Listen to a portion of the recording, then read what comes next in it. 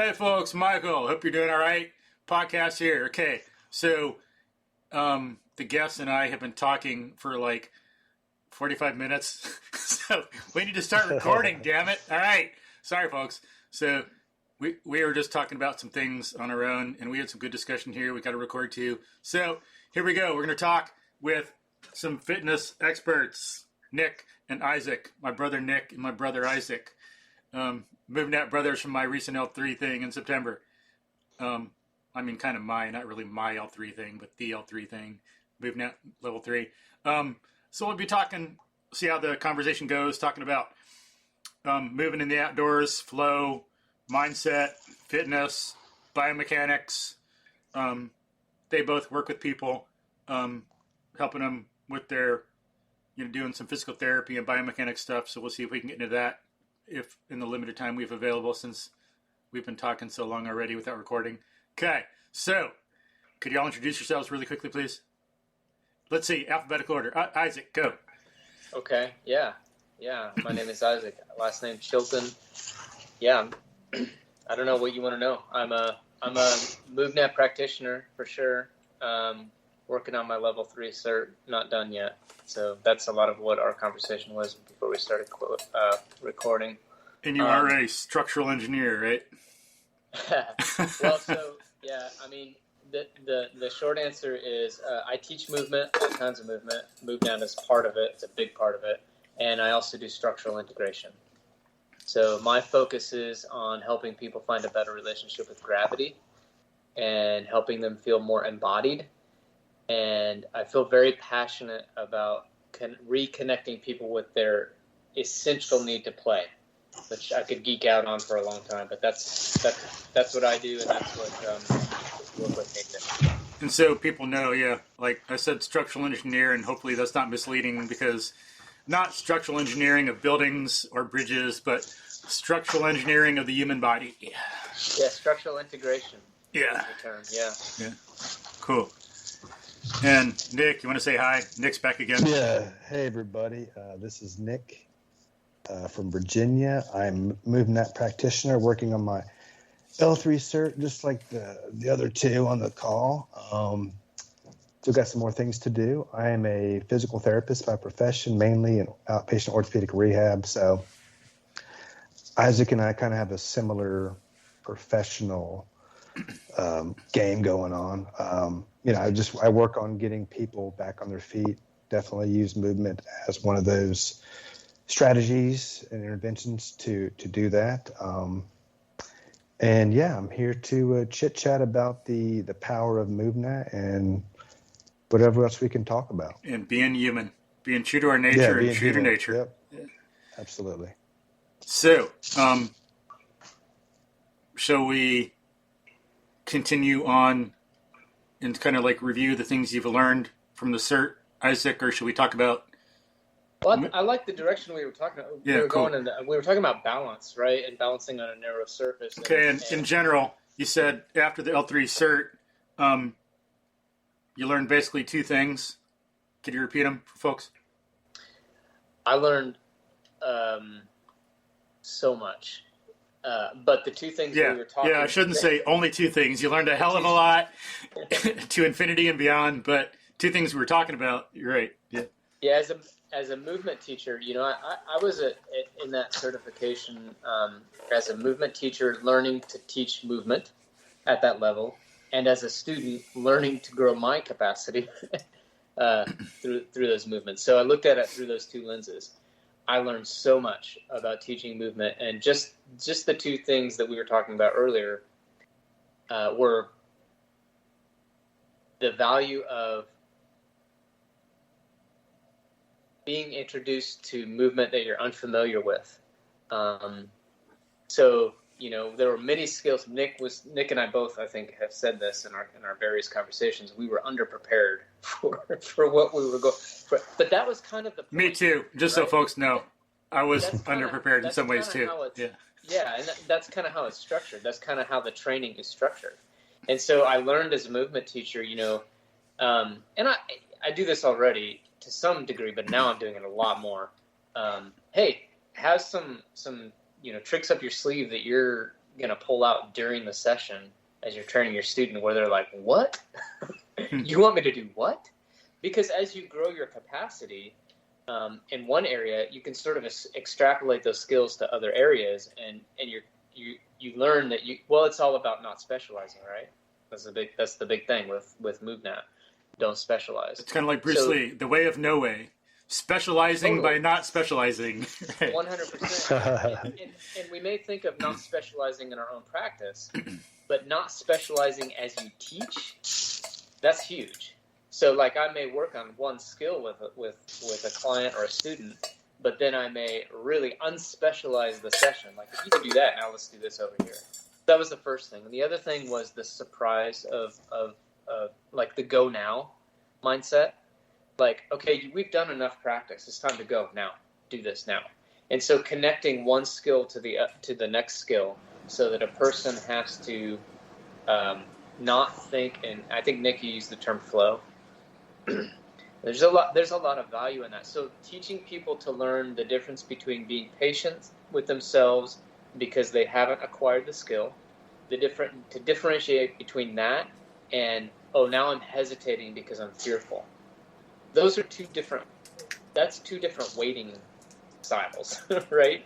Am I waiting because I'm being patient with myself because I haven't acquired the skill to do this, the capacity? Or am I waiting because I'm fearful and I'm hesitant?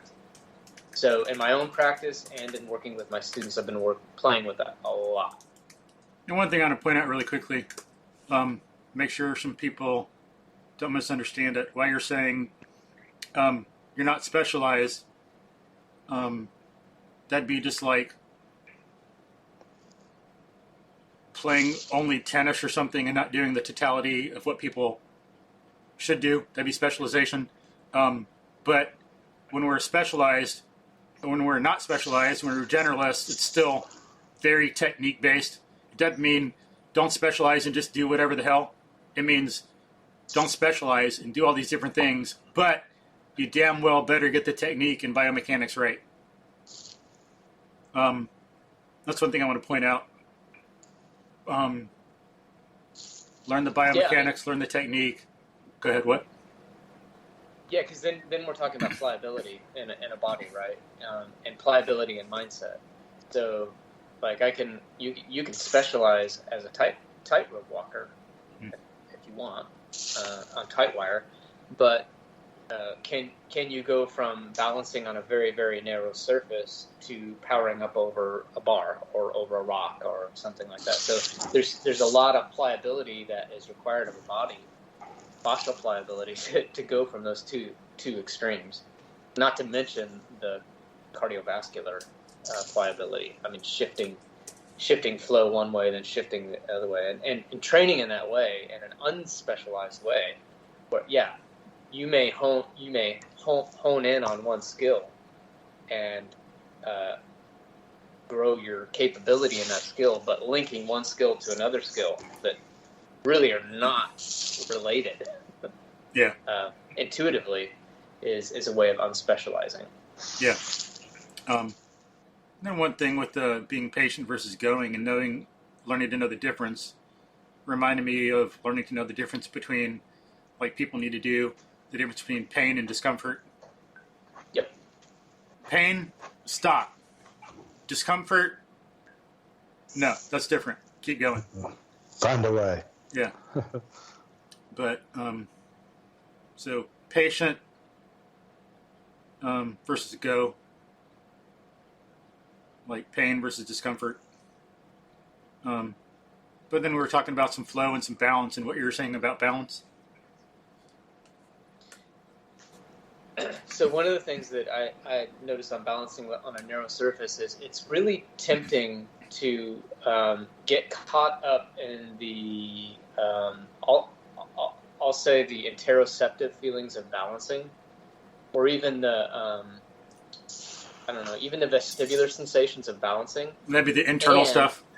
Sure, and let your eyes zone out. I don't know another way to say that. Blur out, I guess is what I'm trying to say. There's so much value in really looking at what you're doing. If you have sight, right? So on balancing specifically, I'm noticing how much vision really plays into it. And I have a lot to say about that, but that's just one thing that helped me kind of turn the leaf with my balancing work.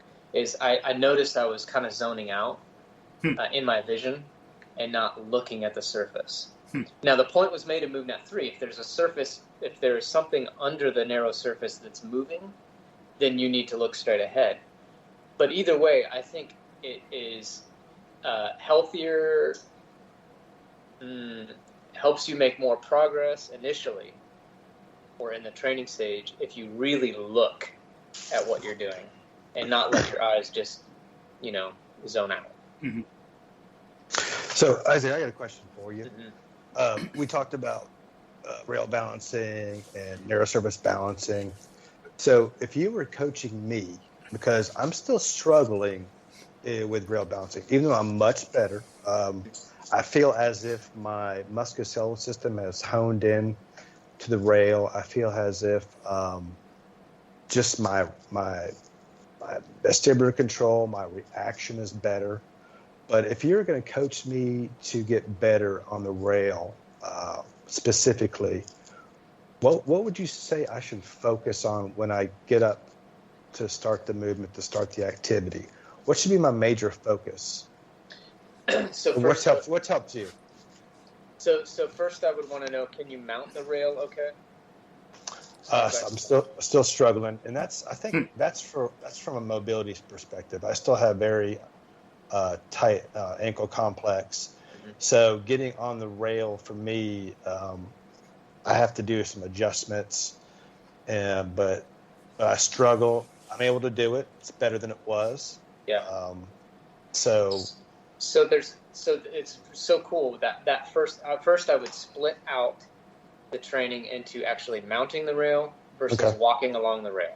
So and train those two things. They may be trained in the same day, but view them as two different scales. And you know what? That's crazy because I actually did some this morning. I practiced going from a split squat to a 4-point position on the rail and back, and then I practiced going from a split squat to standing on one leg on the rail. So I did break it down.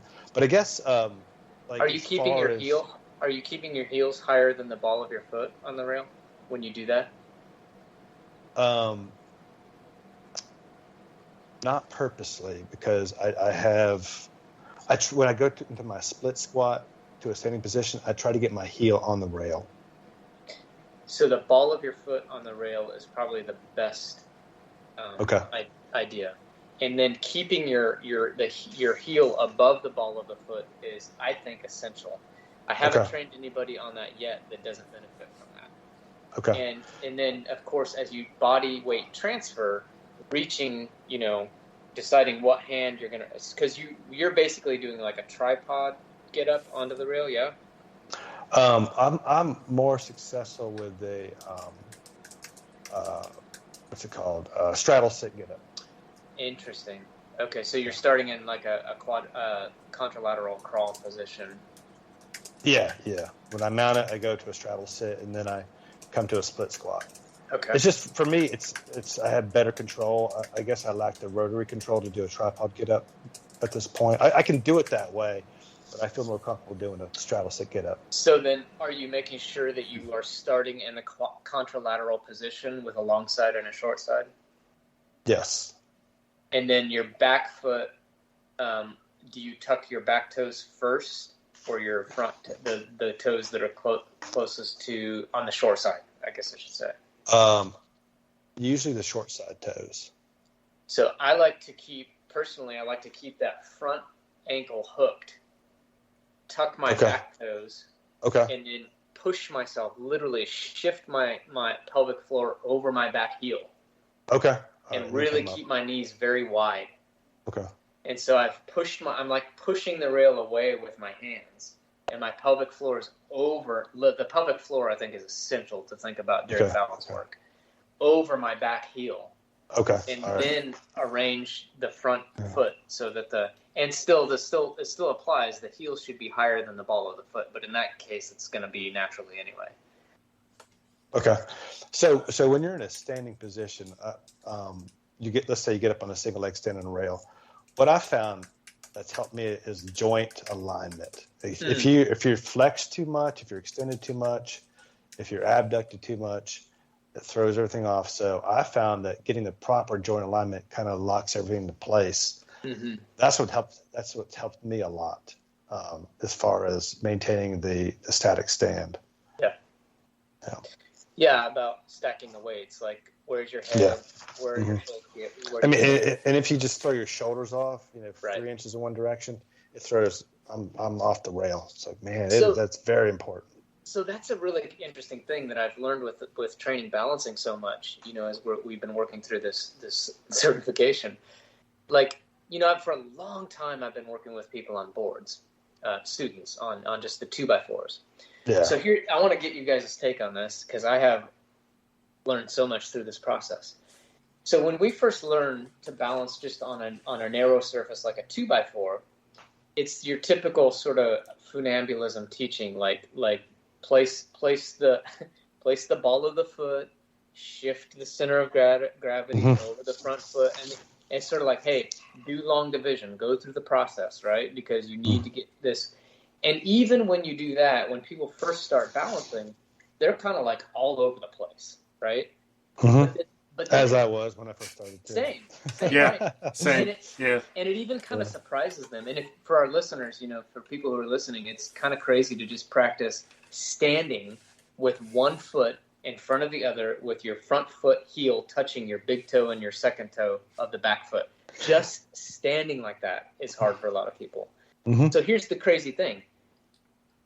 I've noticed that when people are that they're going through the Chinese noodle thing because they're just all over the place. Yeah. They're surprised at how hard that is, but we keep doing it, and we do it over and over and over again. And then pretty soon they come in for a class or a session, and they go along that board without hardly thinking. They may lose their center of gravity, but they pull it back really fast. Have you noticed that with your students?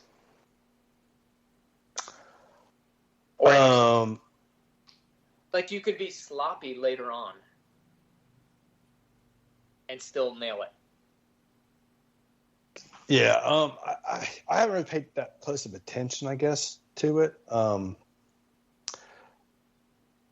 use 2x4s in my practice mainly with elderly people that just have a hard time with any sort of balance. So I haven't really done any, I guess you could say, advanced balance training with people. Mm-hmm. But you mean like someone's walking along and they lose their balance and then they flip their body, tweak it back to like if they're losing to the left, they tweak it back to the right and catch their balance again? You mean that? Right. So what the principle that I've learned from working with people like that is at first they've got to go through the process carefully and mindfully, paying attention to be able to lock it in. But eventually, they don't have to put so much attention on it, and their body just figures it out. Yeah, isn't that called unconscious competence in the movement? There we go. And I think part of it is becoming confident that you can recover from a fall. I think there's a thing you're talking about too. There's that, but it's like people are used to falling. They lose their balance a little bit. So at first they're like, oh crap, I got to step on the ground. Then you got to learn that you can actually fight to stay on. I think there's that part too. And unless I'm mistaken, I think that's different and independent, but also important to what you're saying. There's the body learning to hold, but there's also our animal self learning that we can recover from a fall and stay on the board and becoming confident with that. The nervous system's a pretty amazing, if you could say, organ. It's just, I'm still trying to figure it out. It's everybody is. No one knows it yet. It's such a, it's like this supercomputer in your body. You have to always update. It's pretty crazy. So that unconscious competence thing is really awesome, because what in movnat, of course, they teach, there's, how does it go, unconscious incompetence, and then you've got the next conscious incompetence, right? Conscious competence, then unconscious competence. Or the way I like to put it is, first you're stupid and you don't know it. Then you realize you're stupid. Then you learn how to do something, and then you can do it by habit without knowing. Knowing. Having started from square one with my movnat practice, I'm into year 3 now. I do see that happening. It's happened to me. I've become unconsciously competent with, a power forward jump onto a balanced surface. I can just do it without thinking about it. It's crazy. I did some this morning, actually, onto a rock, and I had no problem sticking the landing. It's awesome. A year ago, I'd sit there and think about it and practice it, and now it just flows out of me. It's crazy how that's so true. Yeah. So understanding the neurology there is at least talking about it is really worth it, because it's helps you appreciate what's going on. Because what they think is happening is, when you first start learning those types of movement, you're learning them with the cerebral cortex, the outside of the brain, right? And you're really having to think, and and then eventually the movement pattern sinks deeper. Now we're talking basal ganglia, deeper structures in the brain, and into your reflexive. Well, it's more like a reflex, right? You just do it. And I've watched that process in people for years and been fascinated with it and walked them through it. But balancing is interesting, because that has taught me that, I'm in the business of alignment. I help people come in, and I'm like, okay, let's look at, how does your rib cage relate to your hips? How do your shoulder girdles sit on your rib cage? For the purpose of helping people find a better relationship with gravity. The interesting thing is, I can take them through a whole series. In our work, it's called the 12 series, and so other methods, a 10 series. And we get them all lined up nice and good, right? They're feeling amazing at the end of that. They go away for a year, they come back, and I put them in front of the mirror, and I don't say this to them, but I'm like, what happened?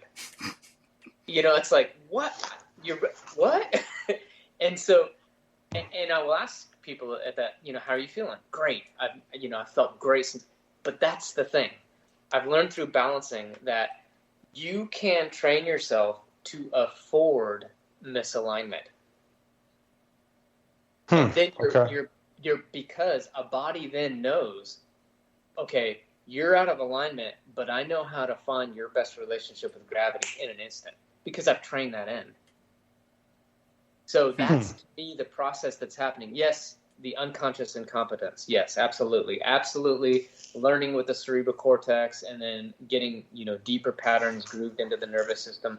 However, there's more, that there is a piece there with finding the center of gravity, and just intuitively knowing that and being able to find that really fast. That's incredible to watch a body do that, which means then that somebody can walk on a narrow surface and not think about it so much, and they just can self-correct quickly. Mm-hmm.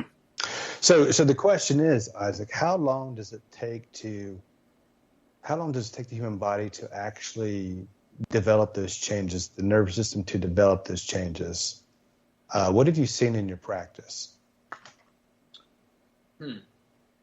Like, okay, let's say somebody comes in for a session. Yeah. You notice a dysfunctional alignment, dysfunctional structure, dysfunctional movement pattern. You train them, you show them the way, you have them use their cerebral cortex to understand what their deficit is. How long would you say it takes the average person to make these changes in their bodies to, I guess, solidify the change? Mm-hmm. So I see, everybody's different. Obviously, every body is different, but I can see somebody change in one session. I guess the question I want to ask is, does the change stay there? When they come in next time, do they still have the same changes, or do they revert to their old ways? I think they always revert. I think we always revert to our oldest patterns. But within 3-4 sessions, I think people, hour-long sessions, and I'm not saying we're doing balancing work that entire time. They are acquiring real skill, and that's pretty much across the board. And That's awesome. I mean, I don't know. That's what I've seen. Does that be 3 or 4 sessions over 3 or 4 weeks, or what? That's a really good question. So yeah, I would think weekly training. Yeah. It's just, the question I've always pondered is, how long does it, what type of frequency, what type of duration, how long does it actually take to change someone's nervous system permanently? That's what, I guess it depends on compliance with what you give them. There's some things I do in my practice where I can do some things and you can see an immediate result. You can typically attribute that to the nervous system changing, but does the change stay there? And how long does it take to actually make a permanent change? Yeah, and I think every body is different. Are we talking manual work, movement training, or combination?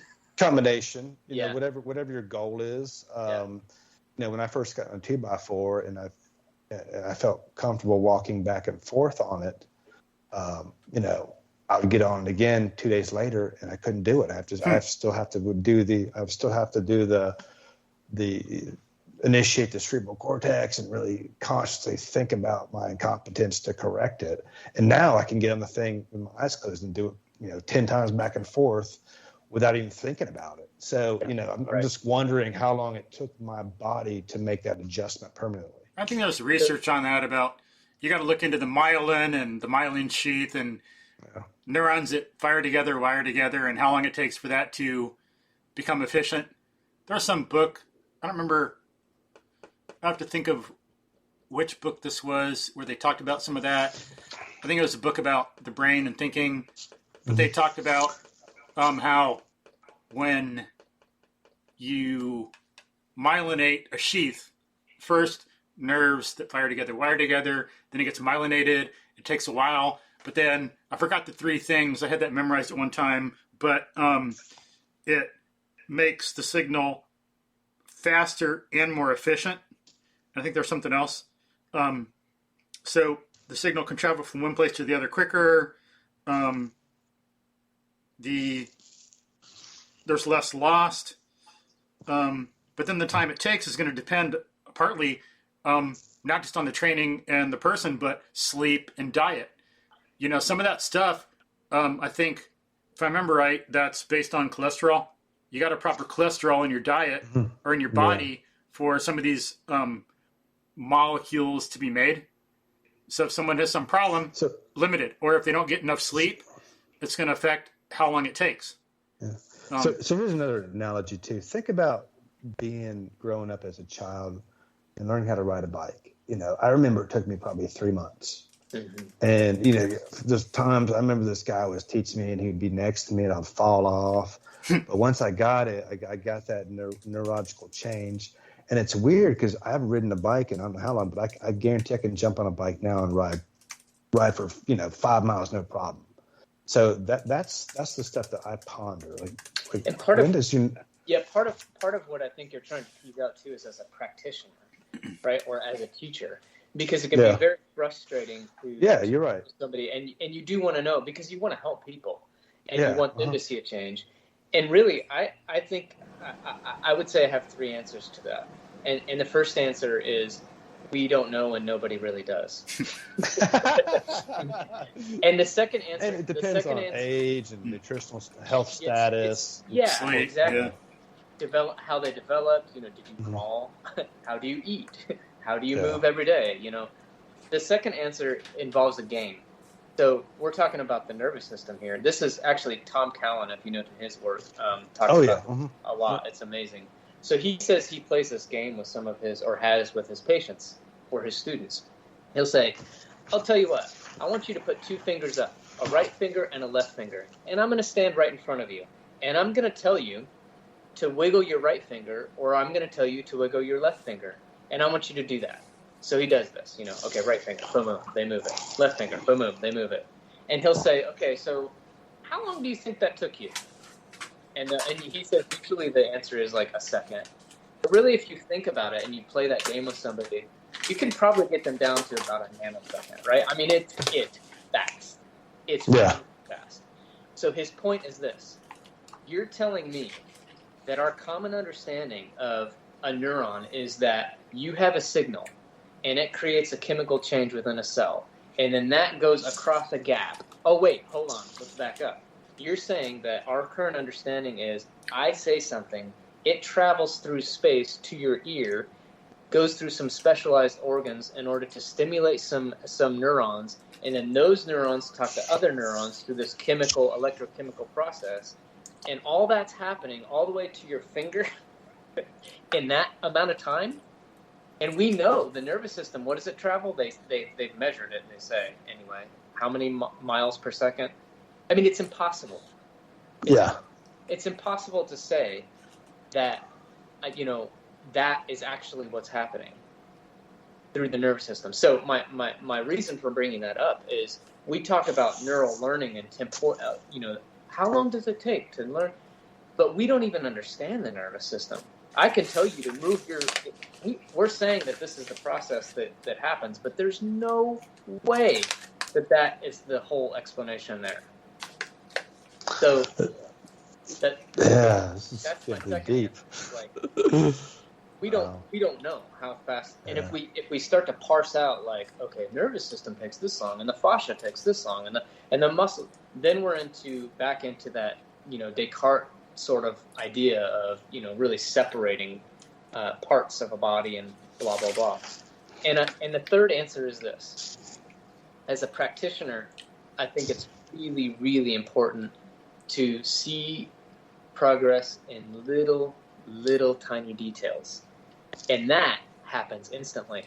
I'm working with somebody, and in the stance phase, the hip is traveling over the right foot being the stance phase, and the arch drops nicely toward the ground, and the hip raises, and those two things are married in their movement now.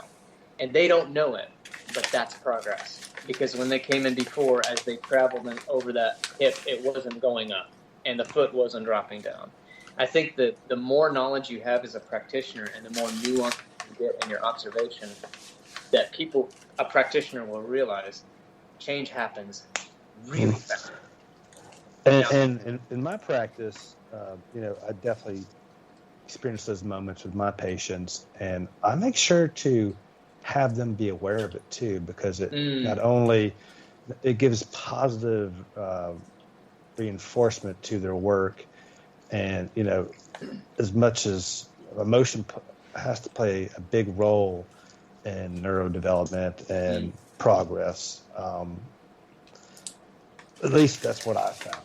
Yep. Mindfulness. Yeah, exactly. Essential. Mindfulness. Yeah. And, it's like you shine a light on this little piece of progress, and then they can hold on to it.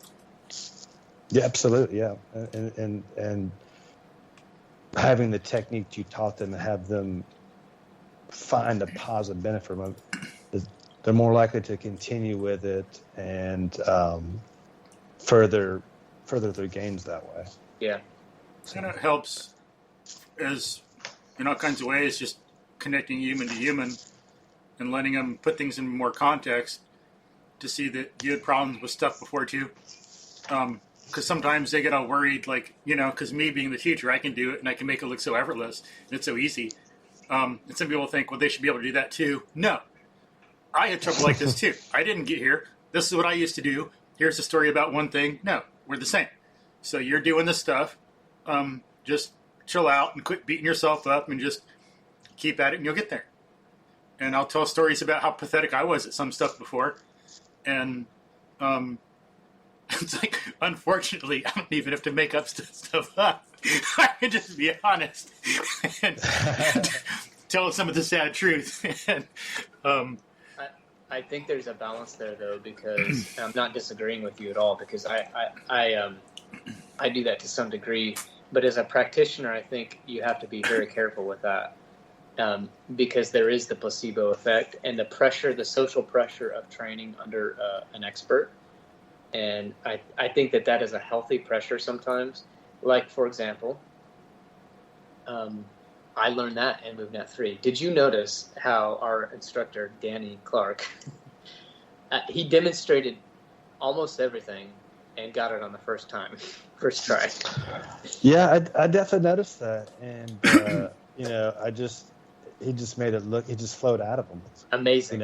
I didn't see him warm up. I didn't see him do any But he also specific, talked about, he just jumped up there and did it. It was crazy. but he also talked about trouble he had before. Yes. And at the beginning of our training, he said, we're here to grow too. Mm-hmm. Yeah. However, he didn't focus on that in himself. He was quiet about himself through most of the training. Well, yeah, of course, you don't go talking about it all the time like a goofball. You got to focus on the other person. It's about them. You just have to do it like anything else, smartly and mindfully, as to when they need it and when. Just like you don't talk about your failures all the time. You demonstrate it, and you just do it a little bit, and the focus is going to be on showing them what to do and letting them practice and building up. And to that giving them point, encouragement. Yeah. One of my strongest memories of that training is when we were at the end. So we had just done the breath hold, and he said, "We just got one more thing. We're going up that mountain," and we're all going. They're like, what? Really? Now we got a mountain. We've been out here 5 hours. No, yeah. No shirt, man, I'll never water. forget that day. Gosh. Yeah. So, but it was. And folks, when we got to the top of the mountain, I found some bobcat scat, and that just rocked my world. Hell yeah! People who are naturalists will know. People who are animal lovers and know that stuff. You get to this place that's up at the top of this thing, and to find this bobcat scat up there was like freaking, man, that just made my day. Made my month. I do remember that, Mike, and yes. I remember just sitting there looking at the incredible scenery. And I'm looking at the scat. I think I let out a big howl like a werewolf or something. It was great. But yeah, anyway. and so what I remember of that is, staying on topic of what we were talking about, about no, I'm just saying, like, to your point, I was getting to the very top. Do you remember how hard that was, trying to figure out handholds and footholds at the very top? You don't remember that? Oh yeah, I do. In fact, a lot of the students had already summited, and they were going, hey, they were telling me, hey, Isaac, watch out for that cactus. And put your hand there and put... Danny, do you know what he was doing? He was in this nice squat at the very top, staying quiet and not getting in my process. Mm-hmm. And he did that multiple times during that training, where he was just quiet and let the student work through the process. And he would give some instruction, but very little after the skill had been, and in that situation, it wasn't a particular skill we were working on. But I just love that as a trainer. I learned that from him. It's like sometimes just get out of the way. Just let the person figure. Yeah, Yeah, that's what I do a lot. Figure it out. Being an academic teacher, I've learned that a long time ago. Yeah. I do that too, academically. If I remember, if you notice, people make a mistake and they're going to correct themselves. So why jump on them about it when you know that they could correct it? I've seen that. I see a student working a math problem. They make a mistake. I don't need to jump on them. So they're all like on edge about, oh my God, am I doing everything this right? They'll catch their mistake. They work it out. I go, okay, look, check it over again. Did you make any mistakes? Whoa, they can figure it out themselves. Yeah. It's an important thing for patience and not freaking someone out, letting them direct it from inside instead of having it be externally driven all the time. Do this, do that. Or one thing I like in regard to kids that reminded me of is recommendations not to say be careful, which is meaningless and just scares them. Be careful, be careful. Well, no squat. Right. What is a kid doing? Trying to get hurt? Not. If they're doing something, the thing to think of, which they don't know to do because they're not old enough yet, is to say, how are you going to climb that tree? How are you going to get down? That's a good handhold, or you picked a good position to go up. Things like that, and just kind of watch, get some recommendations when necessary, or ask before they go up, are there any broken branches? Where are the branches you want to hold? Because a kid, when they're young, they're not going to think ahead too much. They just jump into the tree. But things like that are much better at helping someone learn and be internally driven. You could probably even argue that over-instruction might impede somebody's learning ability. Yeah. Because they get confused. Yeah. And I have a crazy story. And actually, after this, I probably got to go. But when I was a physical therapy student, my first rotation, it was just in acute care.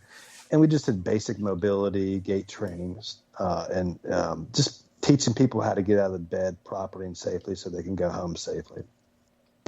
So, and I was a 22-year-old nervous student, and I remember one of the first patients I saw was a geriatric patient who, didn't have, she was mildly demented, but could definitely understand instruction. And she was kind of hard of hearing. So I just remember getting this patient to the side of the bed and instructing them in certain movement procedures and walking. And I just kept almost yelling at her continuously for the entire 8 minutes. And we got done. And she just seemed like the patient was just kind of hesitant to do anything. And my clinical instructor pulls me aside and says, Nick, you need to learn to shut up and just let the natural process take over. Yeah. So you said you over-instructed that person. You said too much and you confused them and probably almost intimidated them. And I'll never forget that. And since then, I've learned just to kind of just do the basic just enough and let the body's own intuition take over of who you're instructing. So it's a great lesson. For anybody listening to this that is a teacher, might be something to think about when you're trying to instruct somebody in a certain, exercise or movement technique. Or anything, even academically or whatever. Yeah, you're right. Yeah. Cooking, piano. Yeah. Anyway, guys, I got to run. I got some kiddos upstairs. Thanks, probably. Hey, it's good. Hey, Isaac, good to see you, man. Hope you're Likewise. doing well. And Mike, And hopefully Nick, we'll talk I got soon. some ideas about the balancing on a bar. I'll Okay. talk about. Do you want to hear it now, or you want to just listen later? I'll listen later, and Good. because that's something I'm still working on. But I'm getting better, man. I'm getting better. I can stand the bar for about a minute and a half now without falling off. So, Nice. So I have some ideas, and maybe this is stuff I do in that kind of situation. And but, you know what I find? I find myself getting fatigued. Fatigued. It's yeah. crazy. So I'm not sure if I Yeah. have it's like almost, I'm not sure if it's a muscular thing or a neuromuscular thing, or it's just my nervous system getting tired. It's crazy. Yeah, interesting. Yeah. Could be. So, Maybe your foot's getting tired, but your brain's making it seem like your hip's getting tired, so you come off. Interesting how that works. I don't know. It's probably another mental block I have. Maybe. Yeah. Cool. All right. Anyway, Thanks, guys. Matt. Take care, Happy man. moving. Talk to you Cool. soon. Hopefully. Yeah, you too. Yeah. Take care, All guys. right. See you See ya. later. Bye-bye. All right. So I'll talk about them things quickly. Yeah. You had given some good recommendations, of course, but I'd say, because, of course, we all deal with that when we're learning a new skill, how we're going to if we want something that we want to accomplish, we don't just keep banging our head against it trying to do the same thing. We need to see what the foundations are. That's a general principle here for people to learn about, not just fitness training, but teaching math, teaching physics, teaching piano. Right. You got to have that foundation and see what's connected to the skill.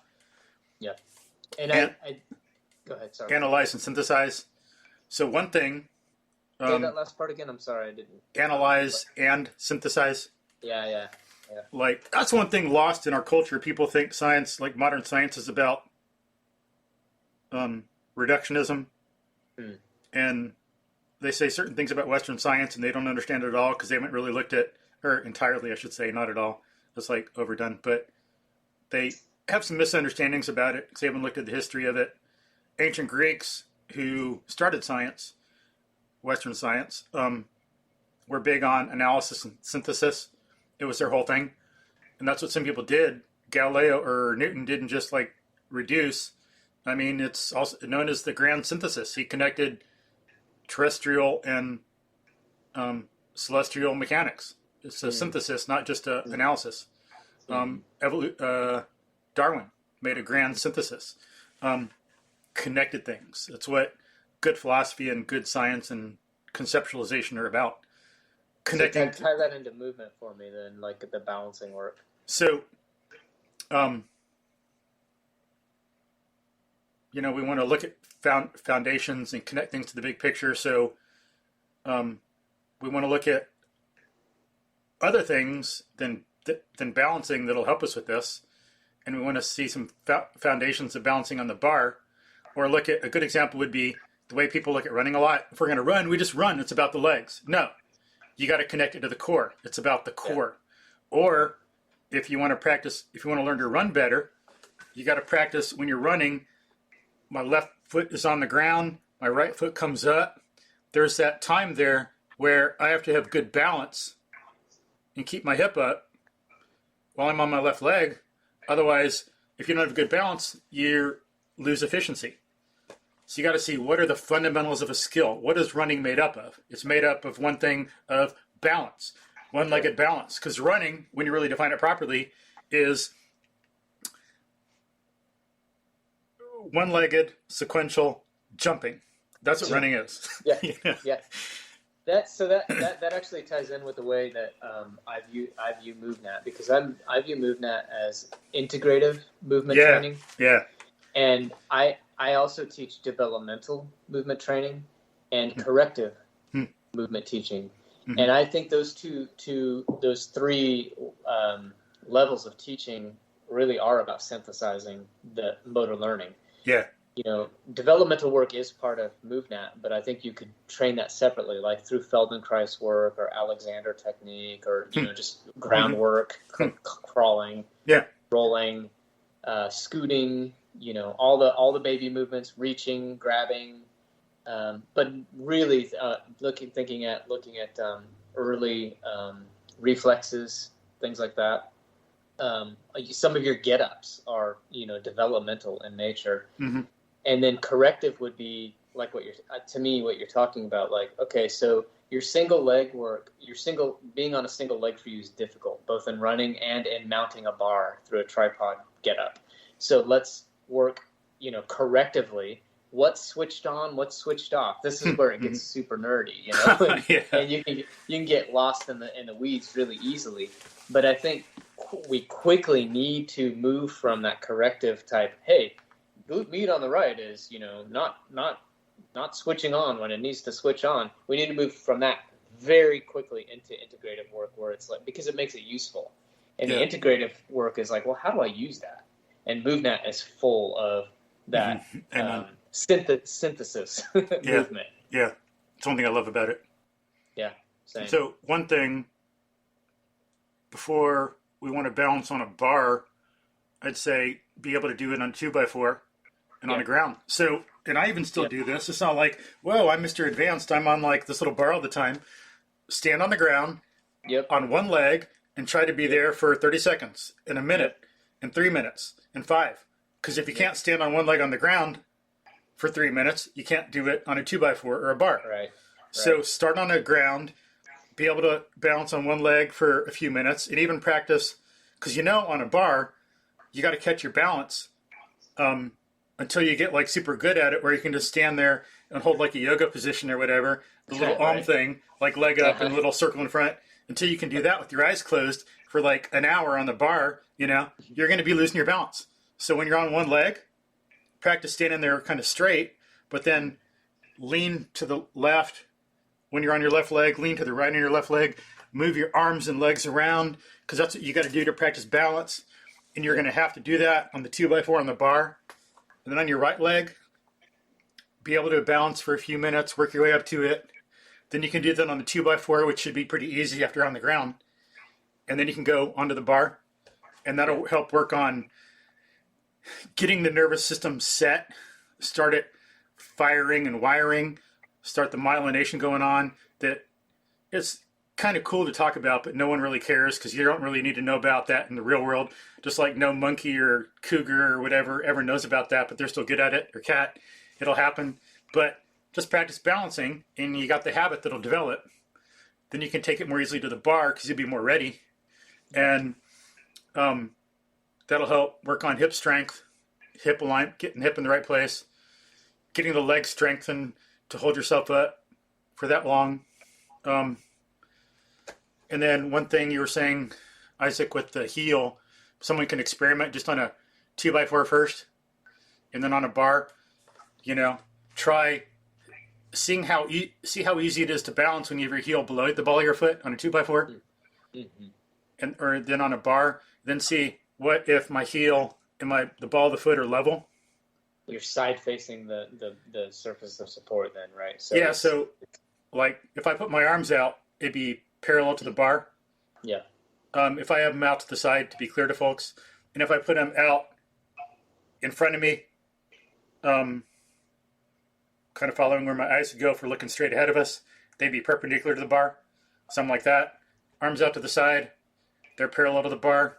My feet are perpendicular, and like move your heels in different positions and see how easy it is to balance. What is it when my heels are up? What is it when they're level? What is it when they're down?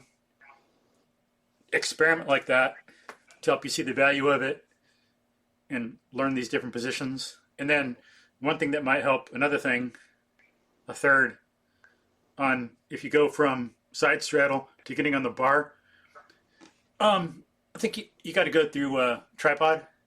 So I'd say get in hand, foot on the ground, and practice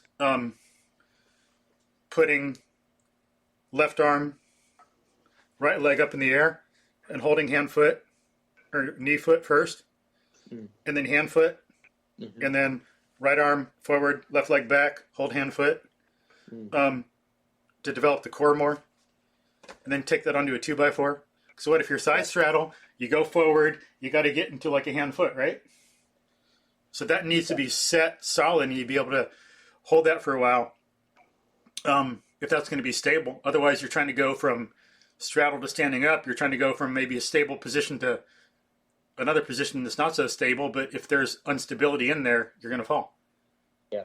We need to get that hand foot stable and confident. So do it on the ground. Work on holding a hand foot on a 2x4 for a while. And then take it on the bar. Try to hold a hand foot on a bar. And then maybe try to lift up one limb up, get a hand foot on the bar, lift up your right hand, put it back, lift up your left, put it back, your feet. Yep.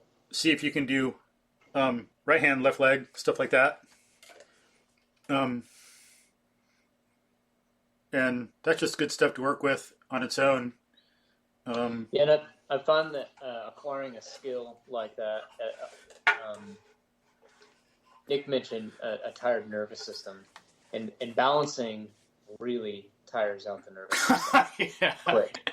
And I'm saying the nervous system, I don't even know if that's it. I don't even know really if that's accurate. It's just it's a feeling of tiredness, like a mental tiredness, from just trying to balance for 3 minutes. I mean, that is really tough on your mindset, I guess. So I think in some of these more I'm going to use the word high level skills. I don't know if that's fair, but it's helpful to go, I'm going to do this 10 times, and no matter how I look, I'm just going to practice 10 times in a row.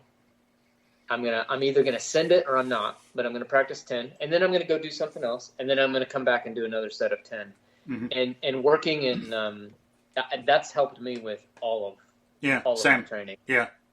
And then integrate it. Like, in movnat, we always do an integration. What do we say? An integration process at the end, or an integration sequence, where it's like, now you put all those skills together and play. That's where it becomes more playful.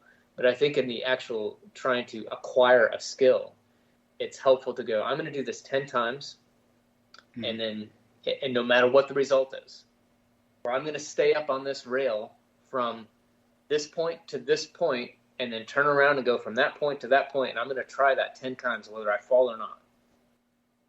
And one thing that'll help for walking on a bar or something like that, or on a 2x4, is being okay. Yeah, like if you pick 2 points, I'm going to go from here to here and back. Even if you come off, just keep going. If you train yourself to like throw your arms up in the air and I got to start over, you're training yourself to do something. You're giving yourself a habit. You're not training yourself to keep going on the bar. So you're walking on the bar, you step off, step back on, and keep going.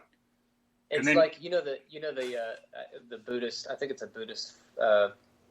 Is it a word? I guess word. Shenpa. Like we don't. That's when we imbue something with a lot of energy, right? So to me, when you imbue failure with a lot of energy, you just give failure. It becomes bigger and bigger. And so, yeah, I think that when you fall off the rail or you don't complete the skill, it's like staying in the process of that really important, and learning that if you zoom out, like when I was trying to learn my power ups, man. I failed so hundreds of times, literally hundreds of times. But the thing is, if I zoomed out and looked at my training over temporally over like a month or 2 months or 3 months, I'm like, oh wait, well now I'm getting my chest up there, but now I'm getting my chin over there. Now my elbows are going to it, so there is progress. And so that helps me stay in the flow and not give failure too much shenpa, too much energy. And on a bar too, on a rail, I think it's really helpful. Yeah, the vision thing and not zoning out is, I think, super helpful. It's easy just to let your eyes go blurry, and I think, and then also, and here's another thing I learned from that rail work: actually visualizing finishing the skill. Like really concentrating on, I'm going to make it to the end of that rail, or visualizing what on the pop-up, this is what it's going to look like at the end. Visualizing success is, and I'm not talking about the, mind over matter type thing. I'm like literally visualize success.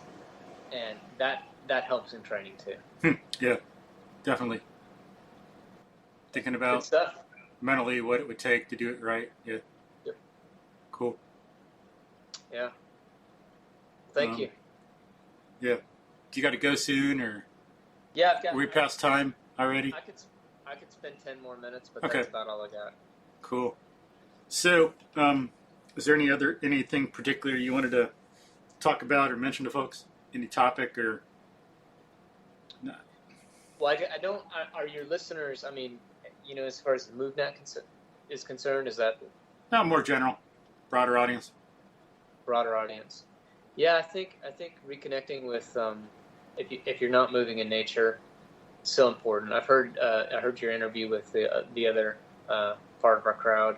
Cool. And talking about the advantages of moving in nature. I think if here's one thing I'm learning.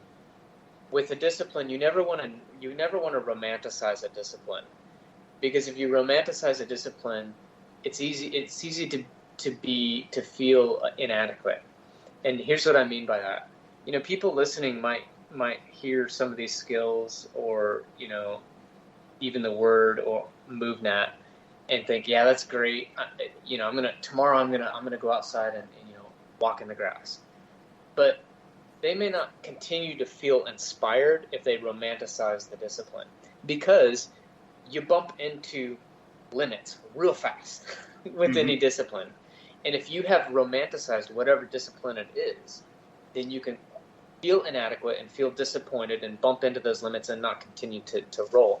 And so it's a better idea to go, like when I look at the way Danny Clark or one of the core moves, oh my goodness. It's incredible. It's incredible, but they worked hard for that. Yeah, and they've trained hard for that, and they don't have. I may see clips where they look amazing. I can't romanticize that, because I'm sure there's many times when their movement isn't so great. Yeah. Either now, or if we go back in history, it may have been not so great.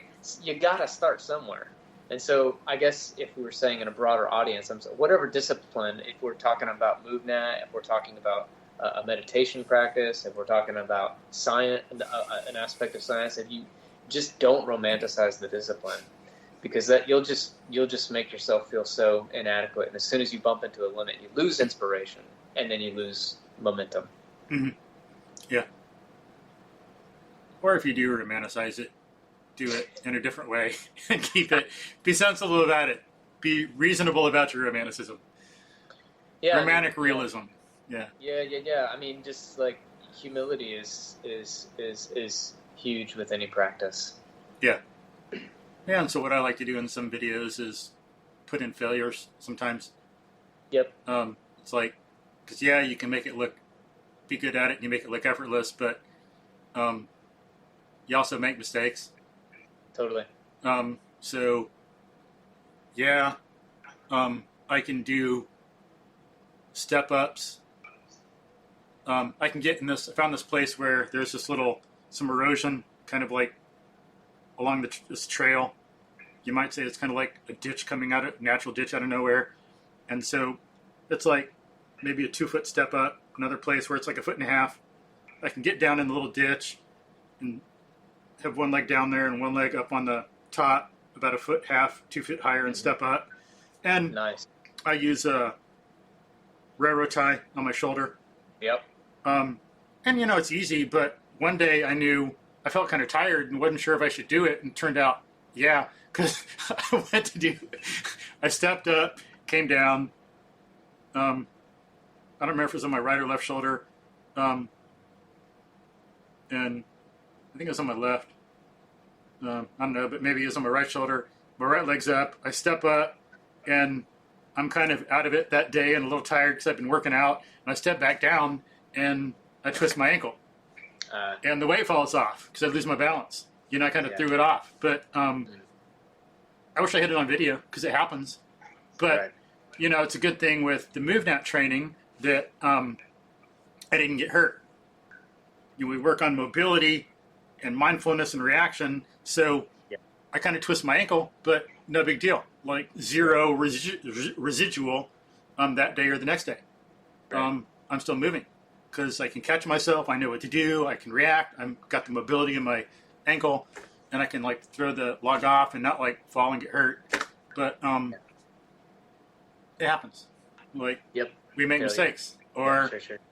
And I got a video I haven't put out yet on jumping 3 or 5 feet, landing on this root that maybe there's an inch on top, but it's kind of oblong, and I land on it. But then there's the one weird thing that happens every now and then, and I land on it, and I had too much horizontal velocity. I slip off and fall on my butt, and my feet go down the thing. I can land on that thing, bot, over 100 times in a row. Yep. Not every time am I sticking it, but I land on it. But cool. There's the one thing you got to be prepared for, where you're going to slip. Yeah, and and I'm not. This is something I think a lot of people think about is the disadvantages of social media and in that people do videos where it's oh, that's really cool. I want to do that, But and some people are good about posting their failures too. But in movnat, I just wish we could look at some of ourselves on those videos, each other on those videos, and have the reaction of, wow, humans, look what humans can do. It's amazing. But unfortunately, there's a piece of that pulls on our inadequacy, our feelings of inadequacy and things like that. I think we need to be very, very careful with that on both ends, both as a viewer and as a poster. Yeah. Be encouraging, know where it comes from. Right. And one thing, learning more biology and ecology and history and all that, I've come to the conclusion and have started saying, I might talk about some people talk with people that I'm training or talk to people I know, and it's okay, I'm doing it, but it isn't me. The reason I can do this is because of the heritage of our ancestors. Without that, it's not going to happen. I'm just putting into practice, and I'm thankful for the heritage of our ancestors because they're the badasses that made possible what I can do. Otherwise, I wouldn't be able to do it at all. Yeah. You know? I love that. Yeah, the support that we get from I don't like the term genetics anymore, but the support we get from our inheritance, from our ancestors, incredible. And the support we get from our teachers, incredible. I mean, you're right. I'm with you. I couldn't do, and what I do is not amazing. You know, I'm just a 40-something-year-old guy trying to do his best and move in nature and, you know, and teach other people to do the same. But I couldn't do it without those things you're talking about. Yeah. Right. Yeah. And then, fantastic. You know, some people get all arrogant, like, oh, I can do all this stuff. I'm like Mr. or Mrs. Best in the world and all this stuff. It's like, I'm like super special and I'm like me. Not. It's like, get over yourself. You owe it to your ancestors. You know, you didn't do it. They did it. Okay, you can do some stuff and you should appreciate that, but don't take it out of context. Don't blow it out of proportion. Be real about it. Mm-hmm. Hard to do when you impress yourself. Yeah. Some people. But there again, it's like, how much energy do you give the skill? The when you send it, how much energy do you give that? You know, I mean, there's a balance. Praise and blame are all the same, right? So I mean, when I fail, that's still motor learning. When I send it, that's still motor learning. Yeah, and I like it when I fail. It teaches me something. I find it very important. I love it. Yeah, it's good. There's a lot to learn from it. Like I like it when I'm not paying enough attention as I should, and I'm out on the trail doing a barefoot run, and there's some bike trails I run on, and sometimes there might have been a tree in the trail, and someone trims it down. Yeah, but they don't trim it all the way below soil you're at. And it happened recently. I was in kind of autopilot, which I don't usually do. I was kind of going along, looking over to the side in autopilot, bam, right on my face. I got one of my toes is like the skin's torn on it, and I'll have to show you a picture. It's like, I took a picture because it was kind of funny. It's like blood splat. You get all these little dots of blood going back in my foot, and people would see it, and because they're not used to like getting hurt, they'd freak out. But it's like, it's not a big deal. It's a minor thing. I just kept going. But that's another part of the training, right? Like you said earlier, distinguishing between pain and discomfort, and sometimes injury comes. Yeah. And you know, if we do need to take risks in this kind of training, controlled risks, and sometimes that leads to a little trip up. You know, I just was training somebody on a falling sequence, balancing on a rail and falling, and she hit her hip. The rail was quite low, and we were trying to eliminate risk. But she swung under, and when you practice that balancing to a leg hook, arm hook fall, you can get some momentum going. And she swung under and hit her hip. And, you know, we worked through this week actually going, you know, what is injury in this case? She thought she broke something. She did not break anything.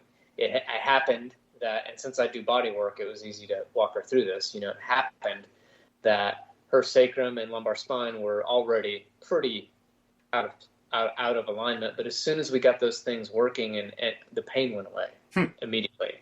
Cool. So, yeah, it was a quote injury, but you know, I don't want to sound like I don't respect the process of injury, or that I want to hurt people, but it's kind of like, you know, what's the big deal? When we fell down as kids all the time, all the time.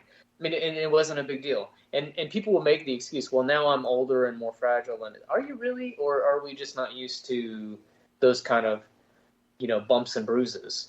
And hey, what's the big deal with a bruise? I mean, it's a bruise. Yeah. You know, and your feet got torn up a little bit. You know, you recovered. Yeah, and it's a good lesson to pay attention. It's a reminder. Hey, pay attention. No matter where we are in the world, whether we're sitting down, we're in a mall, walking around, people driving, pay attention. Don't go into autopilot. Yep. And you didn't say be careful. You said pay attention. Yeah, true. Yeah. Which I love. Yeah. Yep. Funny. Good point. Hadn't even thought of That's that. a good takeaway. Pay attention. Yeah. Yeah. Yeah. Well, Michael, thank you very much. Thank you. Awesome. I appreciate you taking the time. Yeah. Great discussion. Letting us come on your show. Any last words for the folks? Yeah, I don't think so. I love what you're doing, and Thank you. Likewise.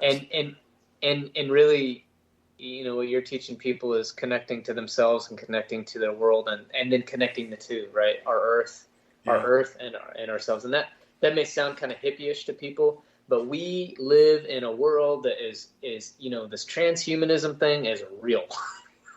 They are trying to I don't know who they are. Actually, I kind of do, but are trying to disconnect us from ourselves and from our earth, and that is dangerous stuff. And it's not, just say it's not a conspiracy. People can look it up. It's on the record. If it's spoken by people, it's not a quote-unquote conspiracy theory. And besides, conspiracy is a valid concept. It's been around for a long time. You can look it up. That's right. These so-called conspiracy theories, quote-unquote, is entirely different than a conspiracy. It's too bad there's not a different term for it instead of conspiracy theory. Could be, right? Yeah. Yeah. But if you conspire, that's dangerous business, and many people are conspiring. Yeah. And it's been through human history, and you can see it's part of something. Because we're social animals, some people want prestige, more power, social power. They want to kind of control others. It's in human history. It's a perversion, mistake of human nature. Reason should be there to help us get along better and connect with each other in reality. And they're trying to pervert that process, make it not be about reality, but what they want. And it's in a lot of things through human history. It's nothing new. It's a principle that's gone on, and it's provided some of the ugliest times in human history. But it's stuff out there now. But yeah, this transhumanism stuff, wanting to make people partially robots or whatever. No, thank you. No, thank you. Yep. I'd rather go outside and look at a plant. Yeah. I'd rather be human and not be something else. And I want to be connected to reality. Which means take off your Apple Watch and your Fitbit and just go walk and enjoy the process of walking. That's what I would enjoy the process, enjoy your bodies, and enjoy your earth. Yeah. Use some of the technology, but don't overuse it. Be able to put it aside and have it serve you. Yep. Be able to be out in nature and enjoy it unencumbered, firsthand, direct. It's a human right. Yeah. And it's human nature. It's something we need to be healthy. Yep. But cool. Yeah. Did you want to continue on that one last thought, or good? Hope I didn't interrupt too much. No. I think that's a good key takeaway there. Cool. Be holistic. Be true to yourself. Be true to your nature. Be true to nature. Sweet. Yeah. All right. Thanks, you, Isaac. Michael. My brother. Okay. Cool. Have a good night. You too. Thanks. Okay. All right. Bye.